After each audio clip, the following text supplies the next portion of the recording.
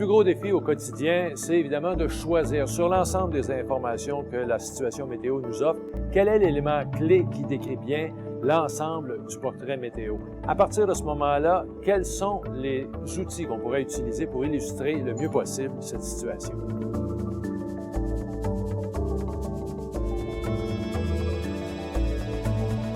La route que j'ai suivie en météo commence en 1975 par du concret. J'ai été observateur météo pour Environnement Canada, d'abord sur l'île de Baffin, ensuite sur la Côte-Nord à Bécomo et enfin dans la grande région de Montréal. Par la suite, toujours à l'emploi d'Environnement Canada, j'ai travaillé comme spécialiste en information météorologique où on adaptait les prévisions de courte et de longue échéance aux différents usagers. Et puis enfin, depuis 1988, j'ai le privilège de présenter la météo à l'antenne de Météo Média.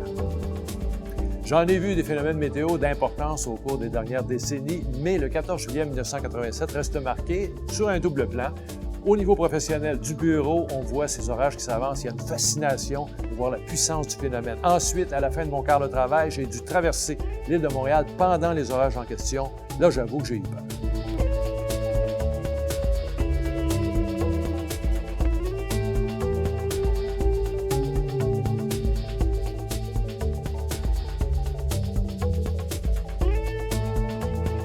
L'avenir me semble particulièrement prometteur. D'abord, vous avez les moyens technologiques qui évoluent à vitesse grand V, alors la météo va emboîter le pas et va progresser aussi.